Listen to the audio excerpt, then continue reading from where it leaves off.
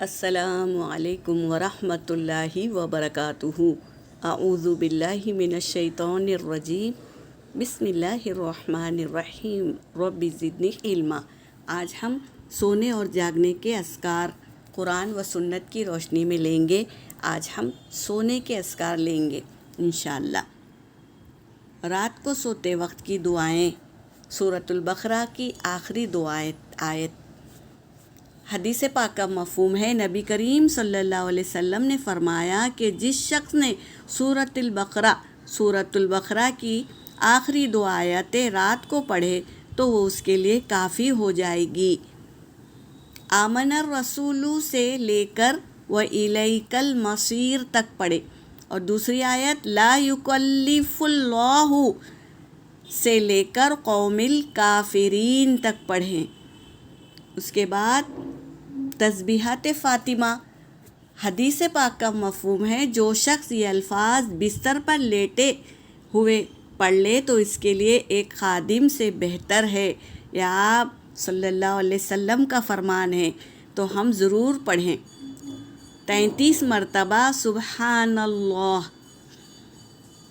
اور 33 مرتبہ الحمدللہ اور 34 مرتبہ اللہ اکبر پڑھیں، اور پہلو بدلتے ہو وقت یاد رکھ لے، یہ دعا یاد کر لے، جب بھی ہم کروٹ بدلے تو یہ دعا کو ضرور پڑھیں۔ لا الہ الا اللہ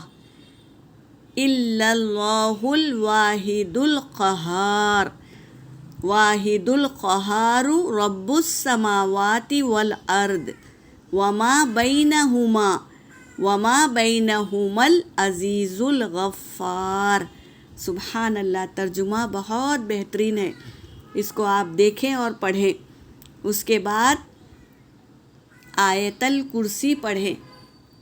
حدیث پاک کا مفہوم ہے، جو شخص سوتے وقت آیت الکرسی پڑھ لے اس پر اللہ تعالیٰ کی طرف سے ایک نگران مقرر کر دیا جاتا ہے، ایک فرشتہ مقرر کر دیا جاتا ہے، اور صبح تک شیطان اس کے قریب نہیں جاتا، اور ساری رات ہمیں عبادت کا ثواب ملتا ہے۔ تو آیت الکرسی یاد کریں، اسے ضرور پڑھیں سونے سے پہلے۔ اور رات کو سوتے وقت کی دعائیں میں سے ایک دعا یہ بھی ہے، نبی کریم صلی اللہ، حدیث پاک کا مفہوم ہے، نبی کریم صلی اللہ علیہ وسلم جب سونے کا ارادہ فرماتے تو دائیں ہتھیلی کو اپنے رخسار کے نیچے رکھتے اور پھر یہ الفاظ کہتے، اللہم قینی عذابک یوم تبعث عبادک۔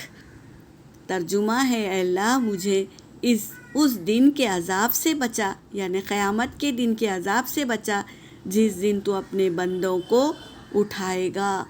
تو ہم دنیا میں اگر اللہ سے عذاب سے بچانے کے لیے پکاریں گے اور مانگیں گے تو اللہ ضرور ہمیں قیامت کے عذاب سے بچائے گا، قیامت کی ذلت سے بچائے گا۔ ضرور یقین کے ساتھ پڑھیں، چھوٹی چھوٹی دعائیں ہیں، اور اس کے جو یاد ہے جس کو، بہنوں کو تو سورہ واقعہ، جو بھی ہم کو سورہ یاد ہے تو وہ پڑھ کر سوئیں۔ یہاں پر میرا سبق ہو گیا۔ وآخر الدعوانا ان الحمد للہ رب العالمین۔